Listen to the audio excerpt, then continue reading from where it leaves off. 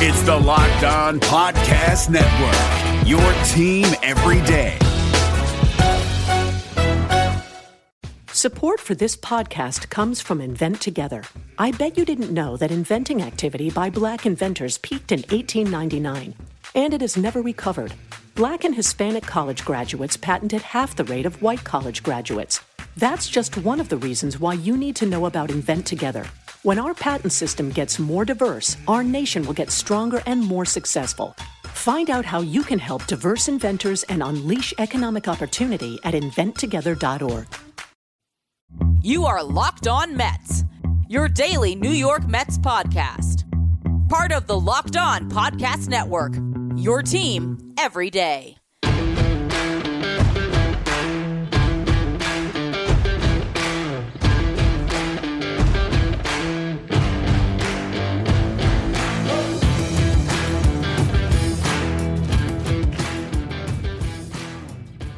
Hello to all you amazing Mets fans. You're listening to Locked On Mets, part of the Locked On Podcast Network, your team every day. To get this show every day, follow us wherever you get your podcast. You can also tell your smart device to play podcast Locked On Mets. This episode is brought to you by Locker Room. Download the app and join me next week on Wednesday to get in on the action. Locker Room, changing the way we talk sports. It was a very frustrating first series for the New York Mets as they lost to the Philadelphia Phillies.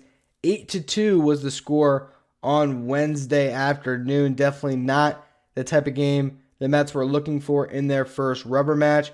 What I want to do on today's show in the first segment is talk about the Mets offense, but particularly talk about Jonathan Villar. And I'm not going to take this conversation the way you think I would, considering the fact that he was statistically the Mets' best offensive player on Wednesday. But I have some criticisms, and I'll get to those in just a minute here. In the second segment, I want to talk about the Mets pitching, particularly Joey Lucchesi, who looked very good, and David Peterson, who had a shaky first start. And then finally, in the last segment, I will preview the Mets' upcoming series against the Miami Marlins, where we will watch the Mets home opener. Before we get to any of that, though, I'm your host, Ryan Finkelstein. If you want to find any of my work, follow me on Twitter at FinkelsteinRyan. You can also find some of my writing about the Mets at MetsMirazOnline.com. Now, when it comes to this series, overall, that layoff, I think it really hurt the Mets to not get to play the opening day weekend. You lose some of the buzz that I think would have accompanied this team going from spring training and all the excitement right into opening day where everyone's playing. You got the planes, blaring over. You got the lineup announcements. There's a certain energy with opening day that I think the Mets missed, and hopefully they get some of that back with their home opener. But I think that was kind of a weird way to start your year. Obviously, you lose that start with Jacob deGrom. The Mets should have won. If they win that game, they would have won this series. We said coming in that David Peterson versus Aaron Nola was going to be a tough matchup for the Mets to win. Quite honestly, they did a good job getting Nola out of the game in the fourth inning here. But the same problems we saw last year have kind of followed the Mets into this season. It's a little bit of a different team, but there's still a lot of the same guys. So you have to be concerned when the Mets go 1 for 12 with runners in scoring position in this game on Wednesday. The team left 14 runners on base. They had opportunities, but they were in a hole almost immediately as the Phillies scored 4 runs in the first inning, and they just couldn't climb out of it. And I think the timely hitting will eventually come. I like the fact that the Mets had 11 hits in this game. It shows you that, their lineup isn't full of slouches. There's a lot of guys that can hit. They just have to put it all together. So I'm not going to be overly concerned about one series where the offense wasn't as elite as we believe it can be. These things take some time. Michael Conforto is not going to leave 9 runners on base himself many games. I mean, he really struggled, went 0 for 5 with 2 strikeouts, had his opportunities to get the Mets on the board and just didn't get it done. All of that is to say, I'm going to take my time before I really start to dive into criticizing the Mets offense because I really have complete faith that this team will put runs on the board. With that being said, let's talk about Jonathan Villar. Because to me, this game epitomizes who he is as a player. You could say, wow, look at the box score. VR was a home run short of the cycle. I mean, what a game for this guy.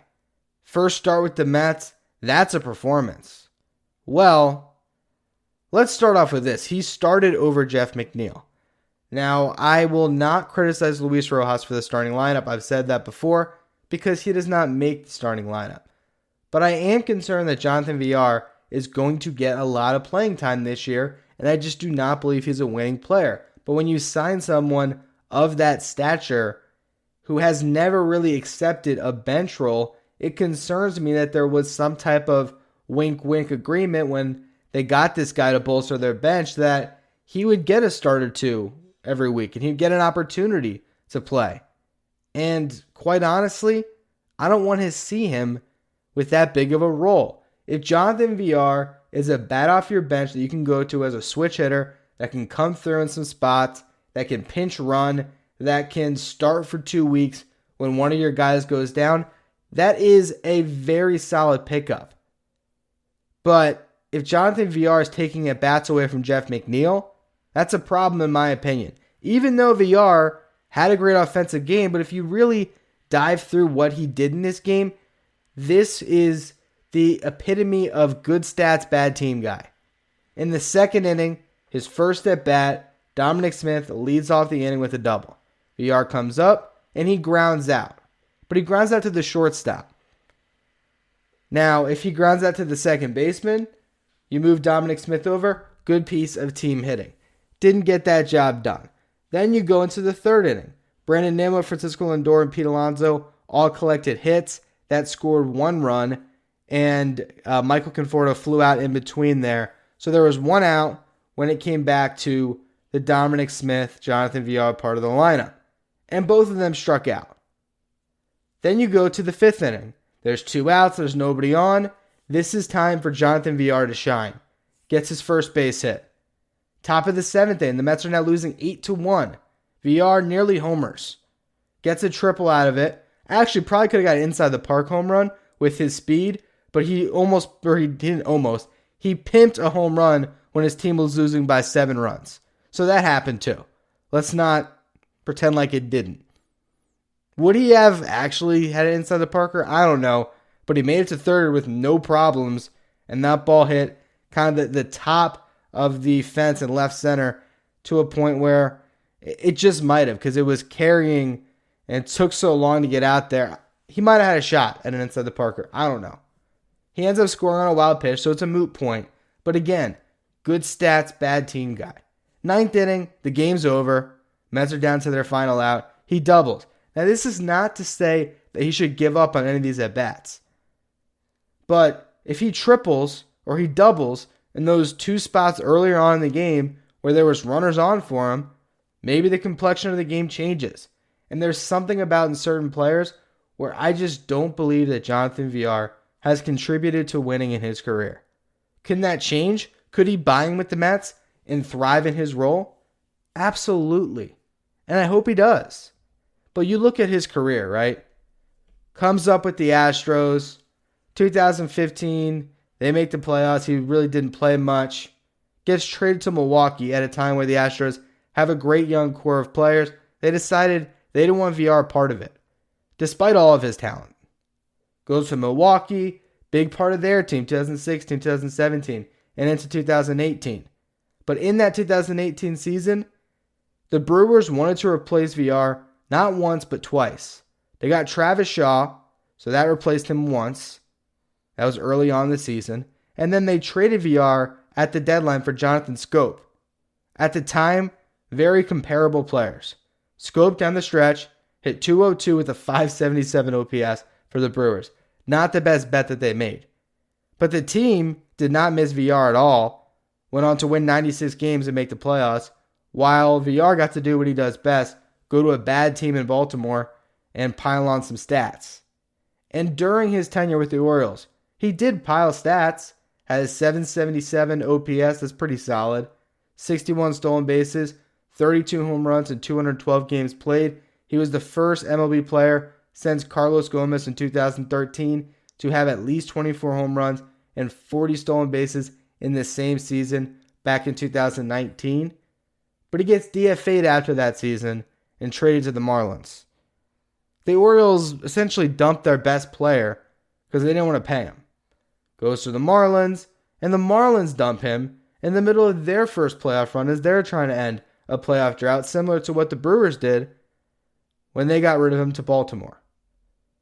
Because there's always kind of these rumblings that this is a guy that isn't always loved in these clubhouses and doesn't contribute to winning. Goes to the Blue Jays as they're trying to make the playoffs. Down the stretch has a 481 OPS. Shortened season, very small sample size. I'm not saying this guy isn't talented, but go back and listen to my crossover with Aram Leitner. I can't even remember if that was, I don't think it was the division preview crossover. You have to go back to when the Mets acquired VR. I had Aram Leitner, host of Locked On Marlins, on, and he was very critical of this player. And so when I see this game in particular, even though he had a great offensive day, it just epitomizes what I think this ball player is. A guy that has not contributed to winning at this stage of his career. Hopefully, he gets swept up in what could be a great culture in that clubhouse, a great team atmosphere, where maybe he can file in and play his role and be a guy that can steal a base for you, or again, could start for a couple of weeks when someone goes down with an injury.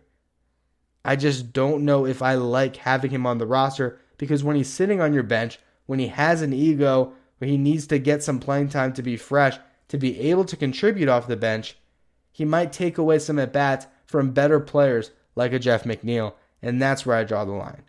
In just a minute, I want to switch gears here and start to talk about the Mets pitching that we saw in this game. David Peterson getting off to a rough start, and Joey Lucchesi having a really nice outing out of the bullpen. This episode is brought to you by Locker Room. Locker Room is the first social audio platform made for sports fans. It's a free app that you can download, and once you're in, you can talk with me, other fans, athletes, and insiders in real time about your favorite team or sport. I'm hosting rooms for Locked On Mets on Wednesdays. Follow along on my social media, and I'll talk about as well about what time. I'm going to try to do these around the games.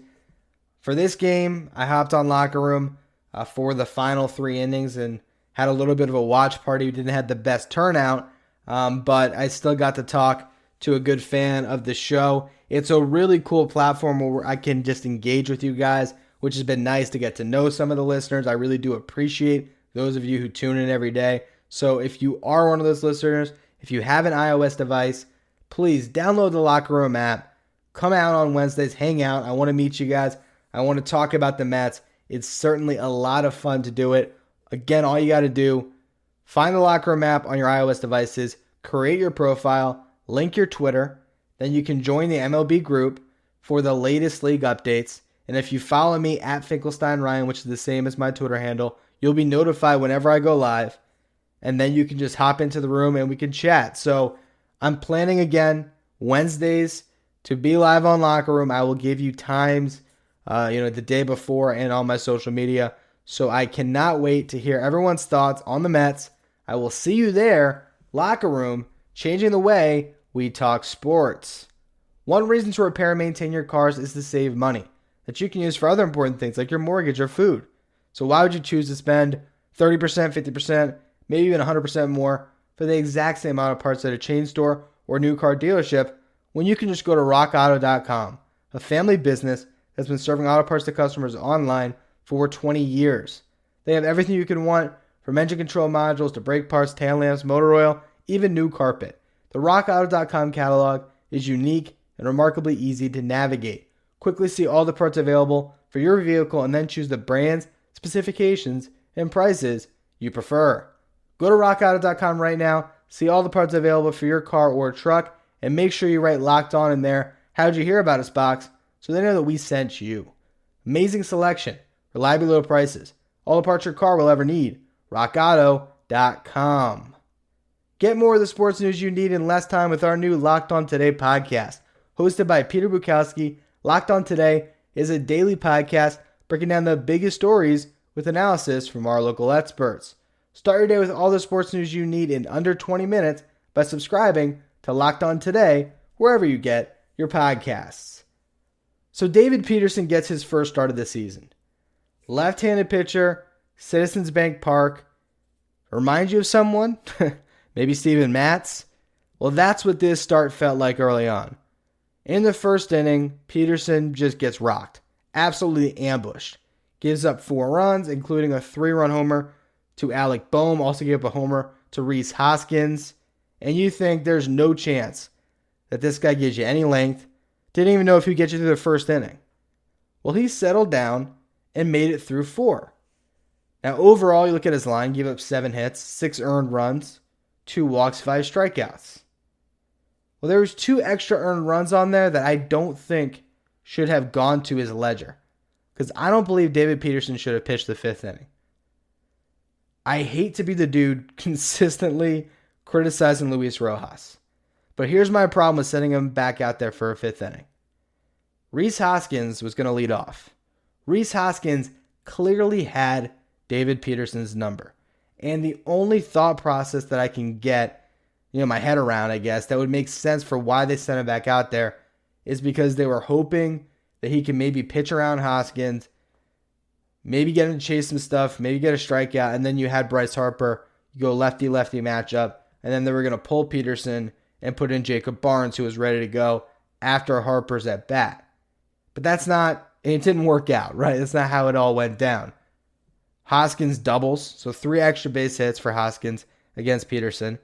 Bryce Harper, who did look bad against Peterson in his second at bat. I mean, he swung through 3 pitches. So I kind of understand that angle of it, but you do have to remember in the first inning, Harper doubled against Peterson, and he's one of the best hitters in baseball.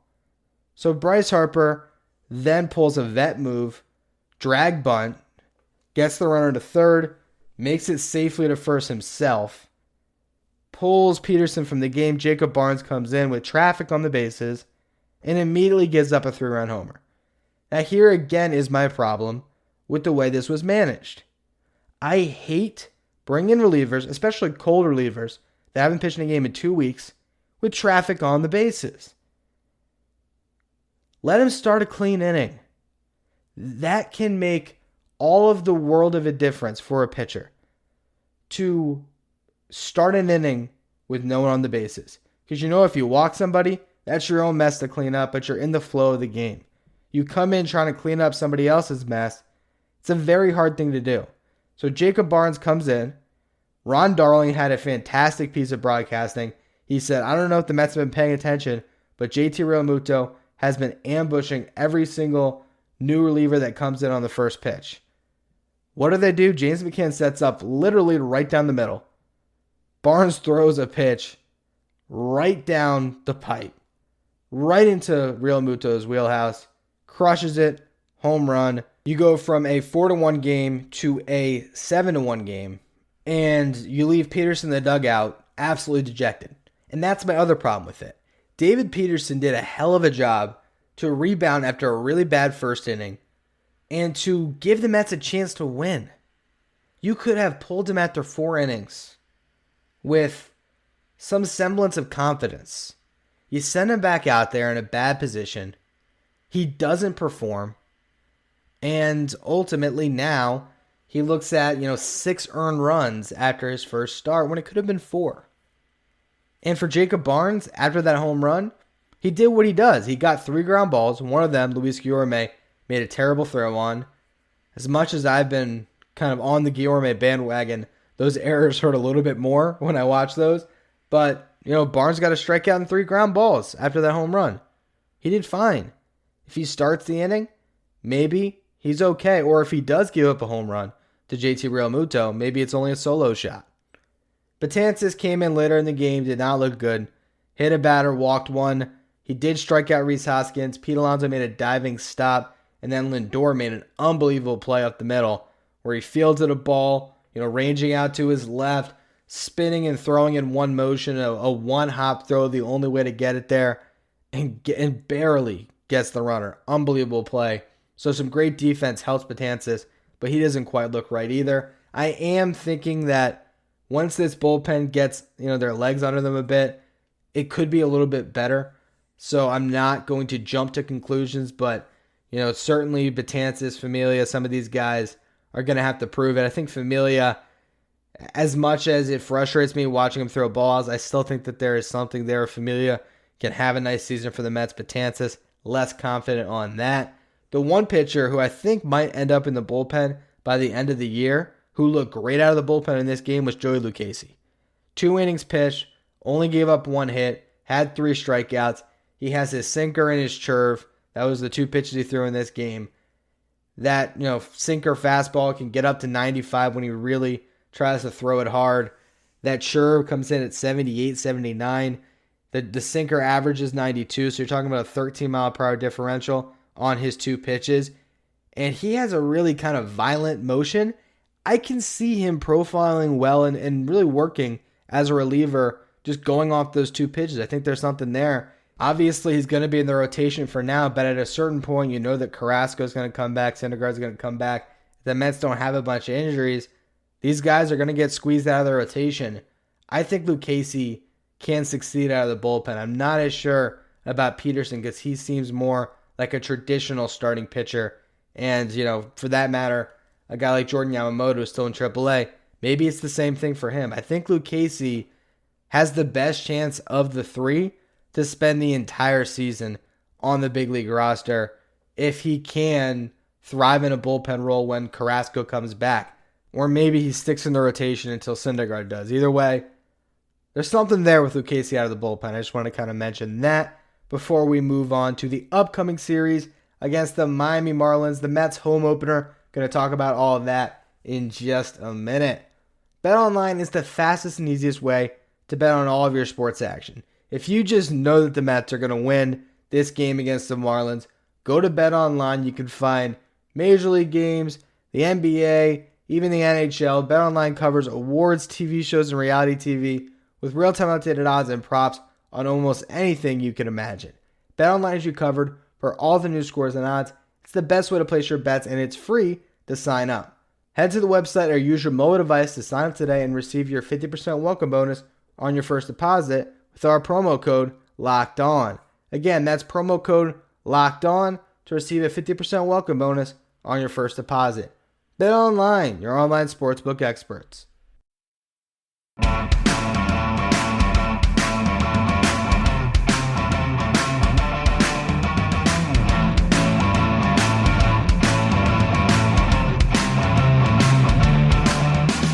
So obviously the first series the Mets played was a little bit of a disappointment. You would have loved to see the Mets come out, win that first series, maybe even get a sweep, get things rolling, keep that excitement of the offseason, we're the favorites mentality, and just go out and prove it.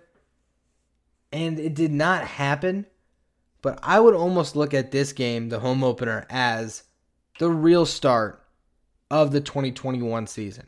Because the Mets, they really had a rough go of it with having that first series postponed. I've talked about it throughout this week. You just didn't get opening day. And this is a chance to get opening day.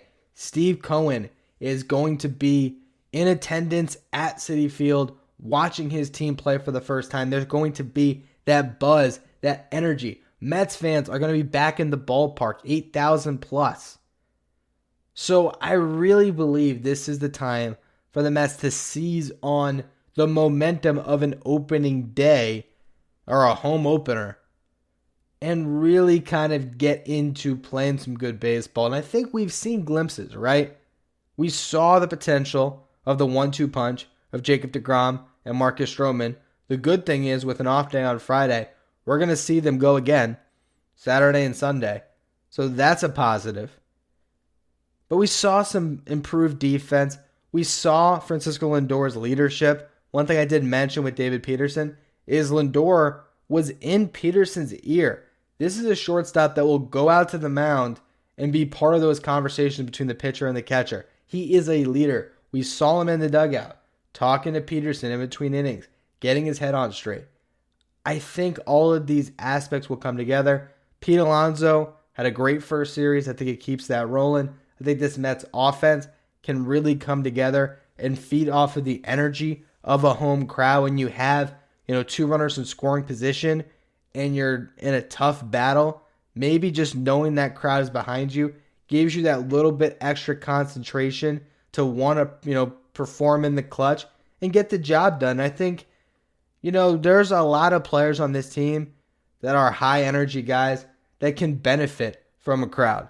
Marcus Stroman, a great example. I think he is going to really thrive stepping on that mound at Citi Field. He's going to be amped for that start. Francisco Lindor, a high energy guy. Jeff McNeil, Brandon Nimmo, Dominic Smith, Pete Alonso. All of these guys I think will appreciate having Mets fans behind them, especially after playing in what felt like a cavernous ballpark with cardboard cutouts throughout the 2020 season.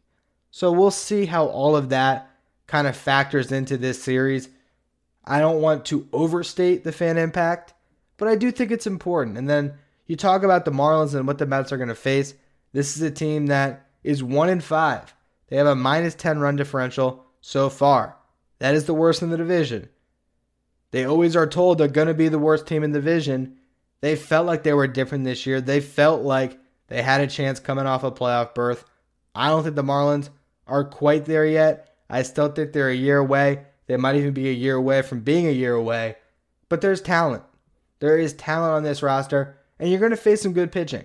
Trevor Rogers is going on Saturday. This is the left-hander that Aram Layton, host of Locked On Marlins, was really raving about. He did very well against the Mets in his debut last year. So we'll see what happens in his next appearance out in Citi Field. Sandy Alcantara would be on full rest come Sunday. I'd imagine they go to him. But they have not really announced any of their pitchers other than Rogers on Saturday. That's why I'm speaking with a little bit of confusion here. I don't know which way they're going. I think it's LCR Hernandez's spot in the rotation on Thursday, but I don't know if he's going to be out there. So it's going to be Taijuan Walker versus TBD at this point. Trevor Rogers versus Jacob deGrom, and then likely, I believe, Stroman versus Alcantara. There's a good chance the Mets have the edge when it comes to the pitching matchup in each of these games. And if you can win the first one, you got to feel really good about your chances to win one of two with deGrom and Stroman on the mound. And at least you would then win your first series. If you end this weekend at 500, you feel pretty good. Obviously, it'd be great to take all three games, but I just think, it'd be nice to see the Mets kind of flush away a bad series and just play some better team baseball as they enter this second series of the season. Anyway, that's going to be all for today's edition of Locked On Mets. We'll be back tomorrow to break down the home opener. As always, thank you for listening. Make sure you subscribe, rate, and review wherever you get your podcast. Make sure you follow me on Twitter at FinkelsteinRyan. Follow the show at Locked On Met. And if you're addicted to fantasy baseball, you now have a new resource to give you an advantage in your leagues, and that's the Locked On Fantasy Baseball Podcast, a daily fantasy baseball podcast hosted by veteran analyst Scott Cullen, who uses data and nearly 2 decades of fantasy baseball experience to offer the strategies and waiver wire pickups that lead to league wins. Follow Locked On Fantasy Baseball on the Odyssey app or wherever you get your podcasts.